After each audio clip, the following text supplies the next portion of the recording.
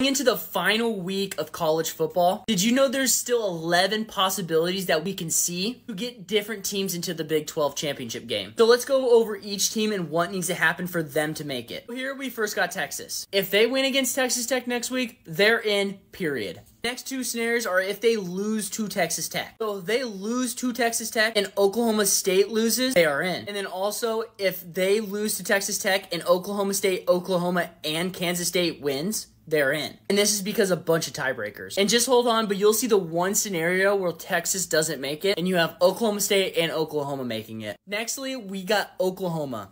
Firstly, they have to win to TCU. If they lose, they're out. But if they win, they need Oklahoma State to lose, or they need Texas and Kansas State to lose. For Oklahoma State, a couple things can happen. First scenario, they need to win to BYU, and they need to have Texas win. So it wouldn't change how the standings are right now, so they would make it. So if they win against BYU, then Texas and Kansas State could lose, and they will still make it. And that is the scenario that needs to happen for Texas not to make it. If this second scenario happens, and this bottom scenario happens, Oklahoma and Oklahoma State will be facing off in the Big 12 championship game. But if Oklahoma State loses, a couple things need to happen. They lose to BYU, they need Texas to win, and Oklahoma to lose. And then finally, if they lose to BYU, they need Kansas State and Oklahoma to lose. Maybe the more far-fetched one, but Kansas State can still make it. Firstly, in both cases, they need to beat Iowa State. And then in the first one, Texas needs to lose. And then in the second one, Oklahoma and Oklahoma State needs to lose. In these graphics are the perfect scenarios, and one of these scenarios will happen this weekend and decide who are the two teams in the Big 12 championship game.